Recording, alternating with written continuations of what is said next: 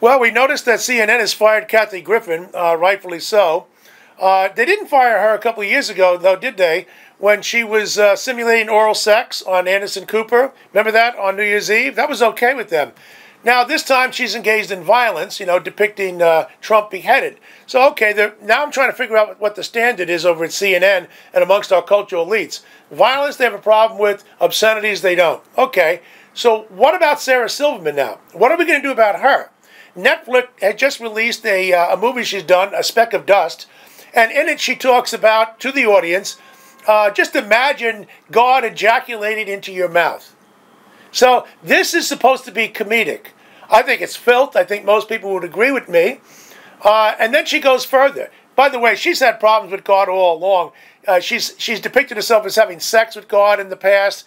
She really hates Jesus. That's why she calls him Jesus effing Christ in her movies. That's supposedly comedic as well. She has Jesus masturbating her, depicting him that way in the past. Now you get back to the Netflix movie. She's obsessed with abortion. This is a woman who at one time said she had 3 abortions. I don't know whether she had 3 or maybe 13. Then she told Bill Maher she really hasn't had any abortions and she couldn't do that. Okay, that's good. That's commendable. Why not, Sarah? What's wrong with abortion? Because you're obsessed with it. In the Netflix movie, A Speck of Dust, you are making fun of people who bury a child who's been aborted. That is a human being at conception. That's when the DNA started, Sarah. Not a week later, not a month later, not at birth. All right? So people have every right. The reason why you have funerals is because you're signifying that somebody passed away. You can't have a funeral without life. Now, that's what she's upset with, because this is really getting to her. This is bringing it all home to roost.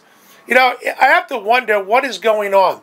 If you take a look at a Gallup poll, just came out recently, only 1% of the American people said that our moral values were, quote, excellent. 77% said they're going the wrong way. Well, Netflix and Sarah Silverman have something to do with the fact that our moral values are going south. I hope we hear your condemnation, people. Thanks.